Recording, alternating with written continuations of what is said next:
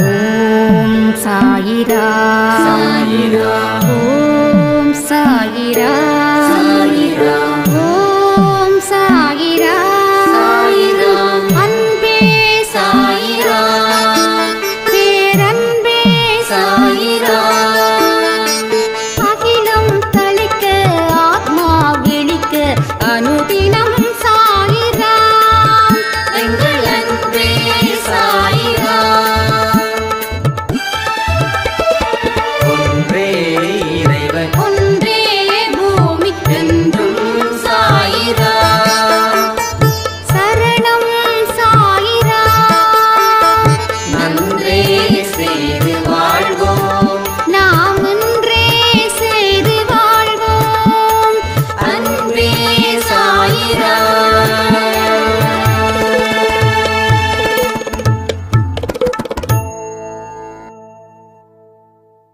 சாய்ராம். என் உயிரின் உயிரானவர்களே, இன்னைக்கு காலையில் சாய் குரு சேனலில் 10 மணிக்கு ஒரு ஆடியோ கொடுத்துருந்தோம். அந்த ஆடியோவை கேட்ட ஒரு சாய்ராம் அந்த பதிவை கேட்க கேட்க சாயப்பாவை நான் நேரடியாக பார்த்தேன். என் உடம்பு மெய் சிலிர்த்துச்சு. ஒரு அழகான அற்புதமான பதிவாக அது இருந்தது. என் வாழ்க்கையை மாற்றக்கூடிய பதிவில் அதுவும் ஒரு பதிவு. ஆனால் நிறைய பேர் இதை பார்த்தாங்கன்னா இன்னும் சிறப்பாக இருக்கும், கொஞ்சம் நீங்கள் சொல்லுங்க அப்படின்னாங்க. எல்லா பதிவுகளும் கடவுளால் உருவாக்கப்பட்டது, கடவுளால் கொடுக்கப்படுகிறது. யார் தீவிரமாக அதை நம்பி அதை கேட்டு செயல்படுறாங்களோ அவங்களுக்கே கடவுள் மிகப்பெரிய ஒரு வாழ்க்கையை கொடுப்பாரு, அழுத்தத்தை குறைப்பாரு. ஒரே விஷயந்தான், உங்களுக்கு நம்பிக்கை அவ்வளவு எளிதில் வரல. ஏன்னா அவ்வளவு அழுத்தம் இங்கே இருக்குது. அந்த அழுத்தத்தின் விளைவே நம்பிக்கை இல்லாத வாழ்க்கையை வாழ்ந்துக்கிட்டு இருக்கோம். அடிப்படையில் நாம் அந்த மாதிரி மனிதர்களா? யோசிச்சு பாருங்க. ஸ்டார்டிங்கில் இருந்தே நீங்கள் அப்படி தான் இருந்தீங்களா? எங்கேயோ ஒரு இடத்துல வாழ்க்கை மாறுச்சு, அங்கே அழுத்தம் ஏற்பட்டுச்சு, அந்த இடத்துல நம்பிக்கை உடைஞ்சுது. அப்போ ஏதோ ஒரு மனிதனால் அந்த திருப்புமுனை உங்கள் வாழ்க்கையில் நடந்துச்சு. நிறைய பேருக்கு, ஆண்களும் சரி பெண்களும் சரி, ஆஃப்டர் மேரேஜுக்கு அப்புறம் வாழ்க்கை நிறைய பேருக்கு எதிர்பார்த்தது போல இல்லை. இதை நிச்சயமாக என்னால் ரொம்ப தெளிவாகவே சொல்ல முடியும். மேரேஜுக்கு முன்னாடி இருக்கக்கூடிய வாழ்க்கையில் இருந்த சுதந்திரம், இருந்த நம்பிக்கை, மேரேஜுக்கு அப்புறம் சுதந்திரமும் இல்லை, நம்பிக்கையும் இல்லை. ஏன்னா புது உலகம், புது வாழ்வு, புது மனிதர்கள். ஒரு நிர்பந்தத்தின் பேரில் வாழ வேண்டியதும் இங்கே நடக்குது. அது மன அழுத்தத்தை அதிகரிக்குது. சரி, வாழ்க்கைன்னா இப்படி தான் இருக்கும் அப்படின்னு சொல்லி உங்கள் பெற்றோர்கள், பெரியவர்கள் எல்லாரும் அதை தான் சொல்லியிருப்பாங்க. வாழ்க்கைன்னா அப்படி தான் இருக்கும், விட்டு கொடுத்து போ. அதுக்காக விட்டு கொடுக்கறத பற்றி இங்கே பேச வரல. சொல்கிறேன், எல்லாருடைய வாயில இருந்தும் வரக்கூடிய வார்த்தைகள் அப்படி தான் இருக்கும், வேறு வழி இல்லை, நீ வாழ்ந்து தான் ஆகணும். வேறு வழி இல்லாமல் எப்படி வாழ முடியும்? நல்லா யோசிச்சு பார்த்தீங்களா? வேறு வழி இல்லாமல் வாழக்கூடிய வாழ்க்கையில் என்ன சந்தோஷத்தை அடைய முடியும்? என்ன ஆனந்தத்தை பெற முடியும்? என்ன நம்பிக்கையோடு வாழ முடியும்? எதுவுமே இல்லை. இன்னும் சில பேருக்கோ வாழ்க்கை மேலும் அழுத்தத்தை கொடுக்குது. நார்மலாக கணவர் நல்லா இருந்தோம், மனைவி எதிர்பார்த்தது போல் என் கணவர் இல்லையேன்னு சொல்கிறவங்களுக்கு ஒரு அழுத்தம்னா, கணவர் நல்ல கேரக்டராக இருப்பார், தீய பழக்க வழக்கத்தில் இருக்காது, ஆனால் அதற்கும் இங்கே நிறைய பேருக்கு அழுத்தமாக இருக்குதுன்றாங்க. நான் எதிர்பார்த்த மாதிரி என் கணவர் இல்லை, ஒரு ஜாலியாக இருக்க மாட்டேன்றாரு, ஒரு சீரியஸாகவே இருக்கிறாரு, ரொம்ப கஞ்சத்தனத்தோடு இருக்கார், நம்ம ஏதாவது சொன்னால் அதை கேட்கறது இல்லை, மதிக்கிறது இல்லை இப்படின்னு சொல்லக்கூடியவர்களுக்கும் இருக்காங்க. அதை தாண்டின சில கணவர்களும் இருக்காங்க.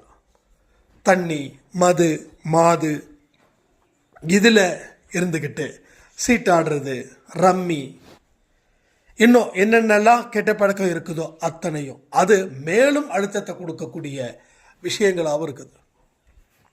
அதாவது இவங்களுக்கு இந்த பிரச்சனைனா அவங்களுக்கு அந்த பிரச்சனை. அப்போ கணவர் நல்லா இல்லையே, நல்ல வழியில் இல்லையே அப்படின்னு ஏங்கக்கூடிய பெண்களும் இங்கே இருக்காங்க. நல்லா இருந்தும் நான் எதிர்பார்த்தது போல் என் கணவர் என்னை பாராட்டலை, புகழலை, வெளியில் கூட்டு போகலை இப்படியும் சொல்லக்கூடியவர்களும். ஆக மொத்தம் இங்கே பொறுத்த வரைக்கும் ஆண்களும் சரி பெண்களும் சரி ஒரு அழுத்தத்தில் தான் வாழ்ந்துக்கிட்டு இருக்கிறோம். வாழ வேண்டிய நிர்பந்தமும் இங்கே அப்படி தான் இருக்குது. இது உண்மை. இதை மாற்ற முடியாது, ஆனால் மாற்றிக்க முடியும். ரூல்ஸை மாற்ற முடியாது, ஆனால் அந்த ரூல்ஸில் இருக்கக்கூடிய சில விஷயத்தை ரொம்ப டீப்பாக திங்க் பண்ணும்போது நமக்கு சொர்க்கமான வாழ்க்கையை கூட அது கொடுக்கும். அப்போது இதை மனசில் வச்சுக்கோங்க. அடுத்த ஒரு விஷயத்தை நான் சொல்கிறேன். உங்களுக்கு நீங்கள் எதிர்பார்த்த ஒரு வாழ்க்கை கிடைக்கல. அப்போ கிடைச்ச வாழ்க்கையை ஏற்றுக்கிறது புத்திசாலித்தனமாக இல்லையா? ஏன்னா ஒரு விஷயத்தை புரிஞ்சுக்கணும். சட்டுன்னு முடிவு பண்ணிடாதீங்க. நான் சொல்கிறதாலேயோ இல்லை பிறர் சொல்கிறதாலேயோ. நீங்கள் எதிர்பார்த்தது போல எந்த மனுஷனும் இந்த பூமியிலே இல்லை. இது உண்மை. நீங்கள் எதிர்பார்த்தது போல எந்த மனுஷனும் இந்த உலகத்தில் இல்லை, இந்த பூமியில் இல்லை, வேறு உலகத்திலையும் இல்லை. இதுதான் உண்மை.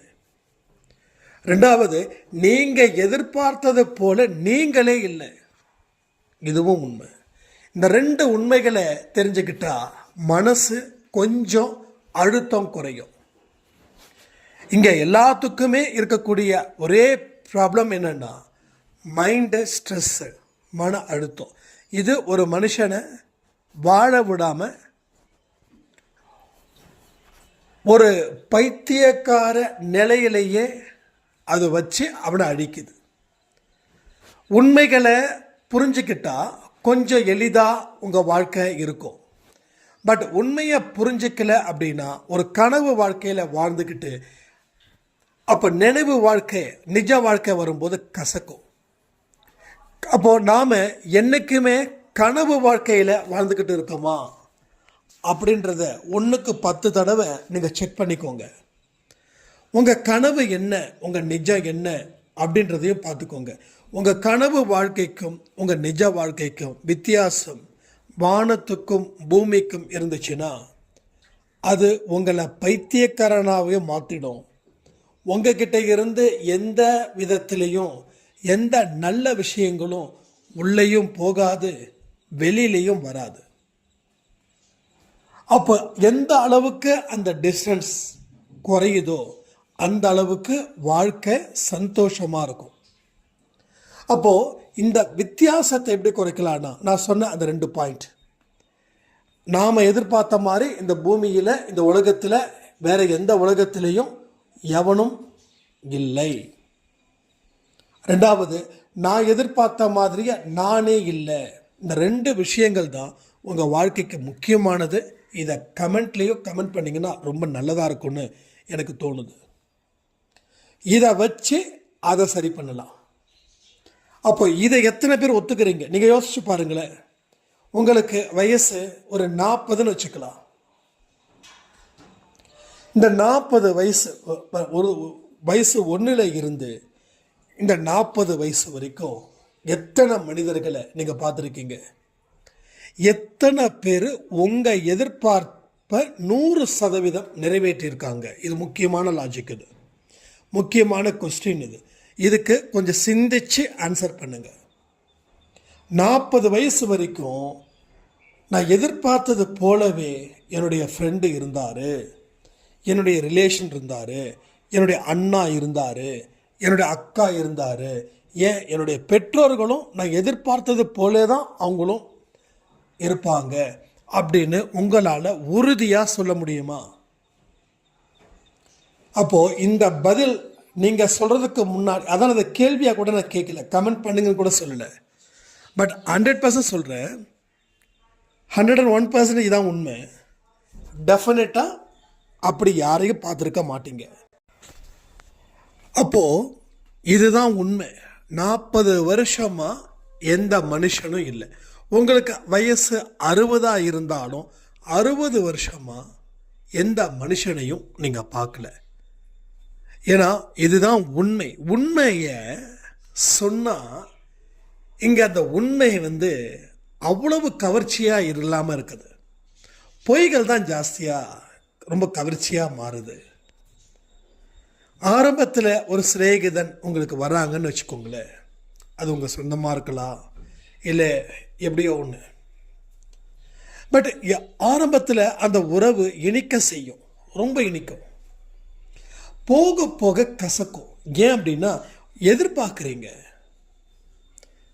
நமக்கு ஏற்ற ஒரு ஃப்ரெண்டு கிடைச்சிட்டாங்க, நமக்கு ஏற்ற ஒரு மனுஷன் கிடைச்சிட்டாரு, இனி நான் எல்லாத்தையும் சாதிப்பேன் அப்படின்னு எந்த மனுஷன் மேலே அளவு கடந்து அதிகமாக எதிர்பார்த்து இருக்கிறோமோ அந்த மனுஷனாலேயே உங்கள் வாழ்க்கையும் வீணாகுது. இல்லைன்னா ஒரு வாழ்க்கை திருப்பு முனையை ஏற்படுத்தி அது மோசமான பாதைக்கு அழைச்சிட்டு போகுது. ஸோ எவர் மேலே அளவுக்கு அதிகமாக பாசம் வைத்தீர்களோ அவர்களை முழுவதுமாக வெறுப்பதற்கும் வாய்ப்பாக அமையுது. இது 80% மக்களுக்கு இது பொருந்தது. 80% மக்களுக்கு.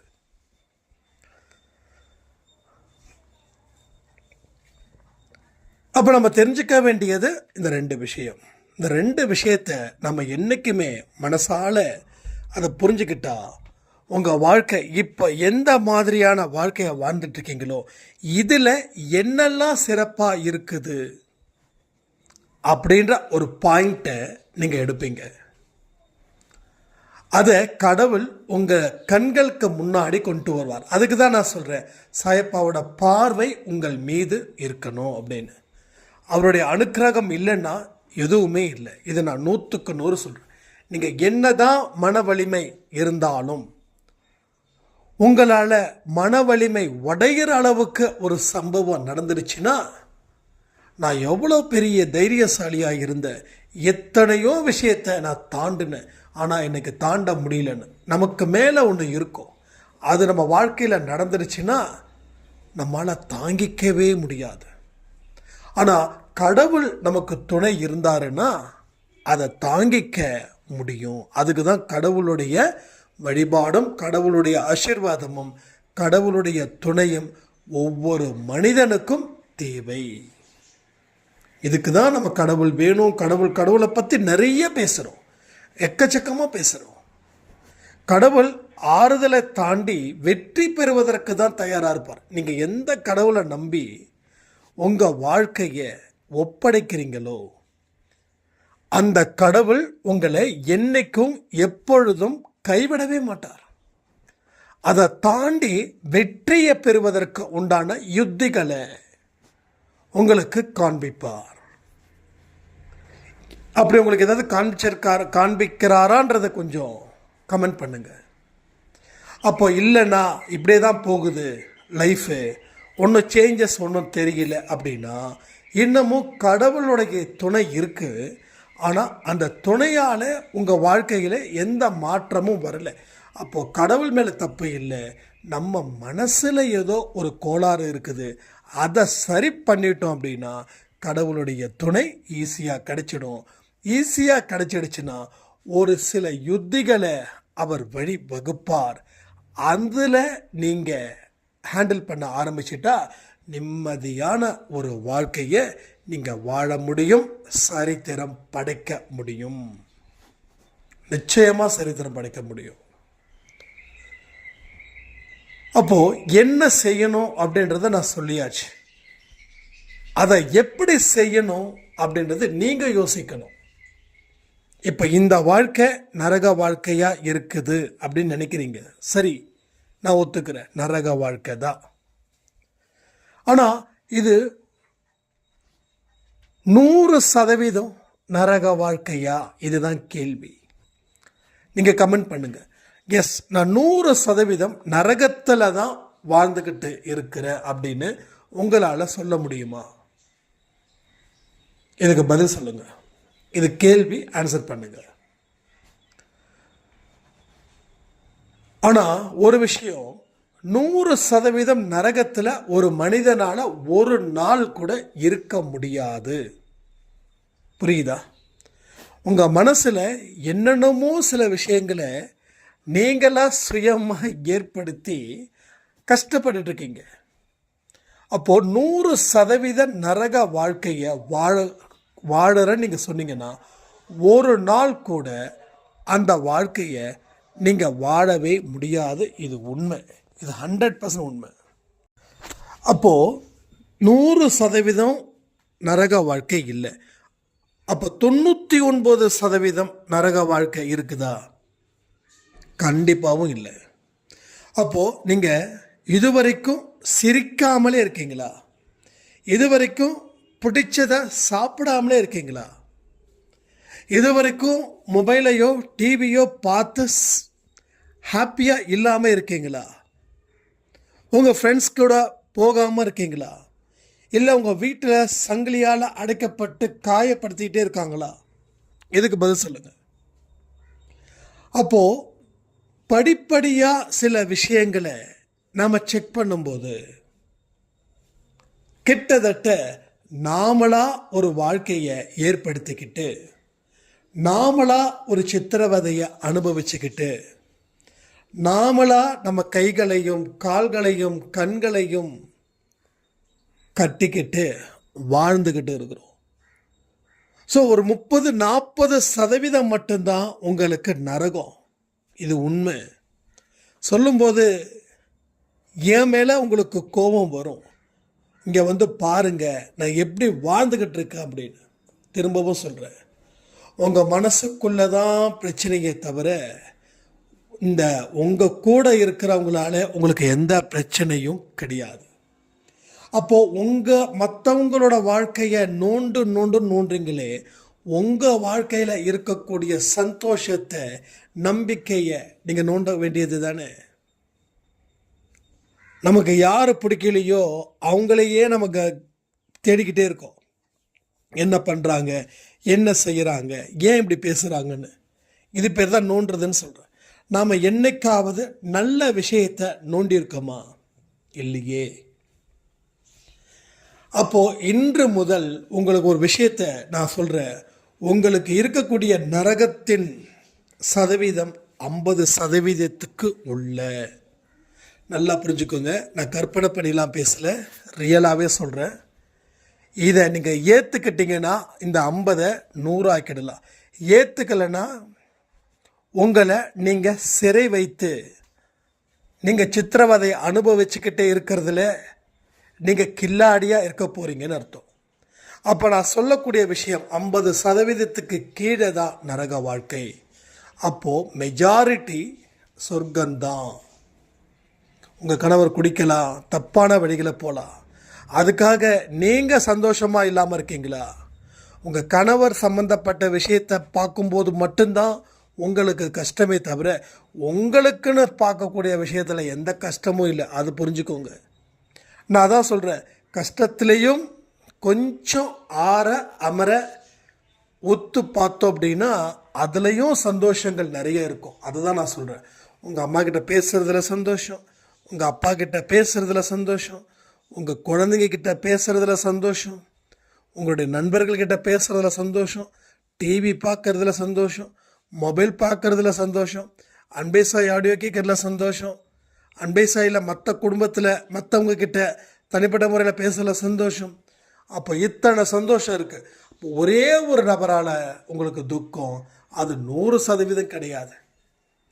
மொத்தம் 10 பேர்லனா அந்த 10 பேரில் ஒருத்தர் தான் உங்கள் கணவர். மீதி 9 பேரும் ஹாப்பியாக தான் நீங்கள் பேசுகிறீங்க, பழகுறீங்க. இதான் உண்மை. அப்போது கஷ்டத்தை கண்ணுக்கு கிட்ட வச்சு பார்த்தா, ஒரு கல் இருக்குதுன்னு வச்சுக்கோங்களேன். இது பழைய படம், ரொம்ப பிடிக்கும். ஒரு சின்ன கல், அந்த கல்லை ஒரு கண்ணில் முடிக்கோங்க, இன்னொரு கண்ணை திறந்துக்கோங்க. திறந்து வச்ச கண்ணுக்கிட்ட அந்த கல்லை கிட்ட வச்சு பாருங்க. இப்போ அந்த கல் மட்டும்தான் தெரியும், வேற எதுவுமே தெரியாது. அதே கல்லை கொஞ்சம் தூரம் வச்சு பாருங்க, அந்த கல் சின்னதாக இருக்கும், மற்றது எல்லாமே தெரியும். கஷ்டத்தை கண்ணுக்கு உள்ளே வச்சு பார்த்துக்கிட்டு இருக்கிறதால தான் நம்ம புலம்பிக்கிட்டு இருக்கோம். கஷ்டத்தை கொஞ்சம் தூரம் வச்சு பார்த்தா புலம்புறது இந்த நிமிஷமே நின்றுடும். இதுக்கெல்லாமா நான் புலம்புனேன், நான் ஏன் இவ்வளோ கேவலமாக அந்த காலத்தில் இருந்தேன்னு நான் நினச்சதை நிறைய தடவை நினச்சிருக்கேன். ஏன்னா நம்மளால் எல்லாமே முடியுன்றது கடவுள் சொல்லியிருக்காரு. என்ன கடவுளோட துணை அன்னைக்கு எனக்கு இல்லை, அதனால் நான் கஷ்டத்தை அனுபவித்தேன். இப்போ கடவுளோட துணையை கெட்டியாக பிடிச்சிக்கிறதுக்கு தான் அன்பே சாய் குரு சேனலில் நம்ம பதிவு கொடுத்துக்கிட்டே இருக்கோம். மற்ற சேனல் என்ன ப்ராப்ளம் பிடிச்சுன்னா, போட்ட வீடியோ திடீர்னு காணாமல் போகுது. வடிவேலு சொல்லுவார் இல்லை, இங்கே தான்ப்பா ஒரு கிணறு இருந்தது, கிணறு காணாமல் போயிடுச்சு, போலீஸில் கேஸ் கொடுக்கறது போல். ஆனால் இன்றைக்கி கிணறு மட்டும் இல்லை, சென்னையில் எத்தனையோ ஆறு இருந்துதான். சென்னையில் திரும்புகிற பக்கம்லாம் ஆறுன்னு சொன்னாங்க. கிட்டத்தட்ட 30-35 ஐ திங்க், நிறைய டபுள் டிஜிட் தான். ஆனால் இன்றைக்கி இருக்கிறது 2-3 ஆறு மட்டும்தான் இருக்குது. ஸோ கிணறை விட ஆறு பெருசு, ஆறே காணாமல் போயிடுச்சுன்னும் போது, அப்போது அதே போல் தான் இங்கே நம்மளுடைய வீடியோவும் அன்றைக்கி கொடுக்கக்கூடிய ஆடியோ அடுத்த நாள் காலையில் பார்த்தா காணாமல் போயிடும். யூடியூப்காரங்க கேட்டுக்கிட்டால் அது இருக்குது இது இருக்குதுன்னு. நம்ம கொடுக்குறது எல்லாமே முக்கியமான ஆடியோ, ஈவெண்ட்டை பேஸ் பண்ணி தான் நம்ம கொடுக்குறோம். ப்ரேயர் கொடுக்குறோம், வெட்டினேஷன் சயின்ஸ் அது கொடுக்குறோம், எல்லாமே கொடுக்குறோம். பட் இதில் நமக்கு டிஸ்டர்ப் ஆகுதுன்றதால தான் தனி சேனல் நம்ம கொண்டு வந்திருக்கோம். அந்த தனி சேனலில் தான், புது சேனல் சாய் குரு சேனலில் தான் நாளைக்கு 5 to 6 லைவ் இருக்குது, மறந்துடாதீங்க. அந்த சேனலை நீங்கள் சப்ஸ்கிரைப் பண்ணிக்கோங்க. நான் ஸ்டேட்டஸில் வைக்கிறேன் இல்லையா, சப்ஸ்கிரைப் பண்ணிக்கோங்க. அப்போ தான் உங்கள் லைவில் உங்களால் கலந்துக்க முடியும். ஏன்னா அன்பே சாயில் டோட்டலாக வீடியோ மட்டும்தான் நம்ம பிரித்து வச்சுருக்கோம். அதில் தான் சொல்கிறேன், லைவில் கலந்துக்கணும்னு நினைக்கிறவங்க அந்த சேனலை தயவு செய்து சப்ஸ்கிரைப் பண்ணிக்கோங்க. நான் தினமும் ஸ்டேட்டஸ் வச்சுட்டு தான் இருக்கிறேன் நான். அப்படி அந்த சேனல் எங்கே இருக்குதுன்னு கண்டுபிடிக்கிறவங்க என்னோடய ஸ்டேட்டஸை பாருங்கள். அதில் கண்டிப்பாக சாய் குருன்னு சொல்லி ஒரு லிங்க் இருக்கும், அதை நீங்கள் சப்ஸ்கிரைப் பண்ணிக்கோங்க. சரியா? அப்போ கஷ்டங்கள் அப்படின்றது நீங்களாக ஏற்படுத்திக்கிட்டது தானே தவிர பிறரால் எந்த கஷ்டத்தையும் எந்த துக்கத்தையும் எந்த துன்பத்தையும் உங்களுக்கு கொடுக்க முடியாது. ஏன்னா நீங்கள் சாயப்பாவால் தேர்ந்தெடுக்கப்பட்ட குழந்தைகள். ஸோ கடவுள் உங்களை முழு மனதோட தேர்ந்தெடுத்திருக்கிறாரு. அதுதான் பாயிண்டிங்க. முழு மனதோட தேர்ந்தெடுத்திருக்காரு. பிறருக்கு அந்த வாய்ப்பு இல்லை, ஆனால் உங்களுக்கு அந்த வாய்ப்பு இங்கே நிறைய இருக்குது. அதனால் அதை மனசில் வச்சுக்கிட்டு நீங்கள் செயல்பட ஆரம்பிக்கும் போது உங்களுடைய வெற்றியும் எளிதாக்கப்படுகிறது. தோல்விகள் இல்லாத ஒரு வாழ்க்கையையும் இங்கே நீங்கள் வாழ முடியும். சாயப்பாவோட அருள் பெற்ற குழந்தைகளாக நீங்கள் இருக்கிறீங்கன்றதை மறக்காதீங்க. வாழ்க்கை வெல்வதற்கான ஒரு ஏற்பாடை தவிர வாழ்க்கை தோல்வியே தழுவதற்கான ஒரு ஏற்பாட்டை சாயப்பா இங்கே கொடுக்கலன்னு சொல்லி இந்த பதிவை நான் முடிக்கிறேன். ஜெய் சாய்ராம்.